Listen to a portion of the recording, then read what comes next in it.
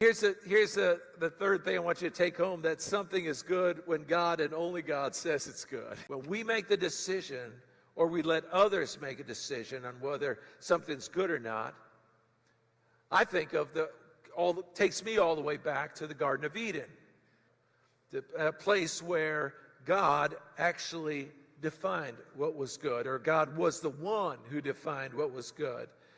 And that's the way he intended it to be until things kind of went sideways. Here's the third thing I want you to take home, that something is good when God and only God says it's good. So in Genesis chapter 2, here's what it said. The Lord made all kinds of trees grow out of the ground, trees that were pleasing to the eye and good for food.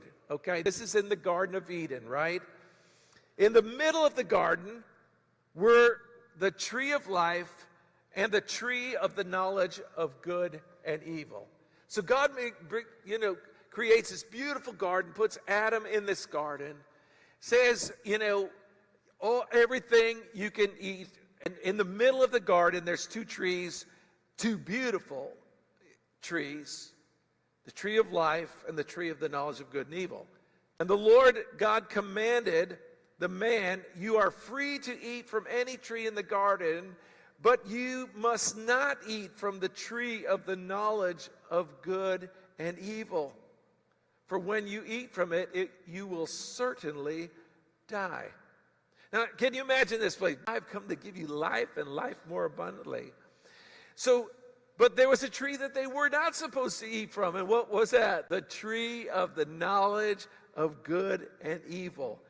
And why in the world would God not want us to eat from that tree? And then they ate from the tree of knowledge of good and of the knowledge of good and evil, deceived by the devil, who said, "Man, you'll be like God and you'll be able to make your own decisions about what is good."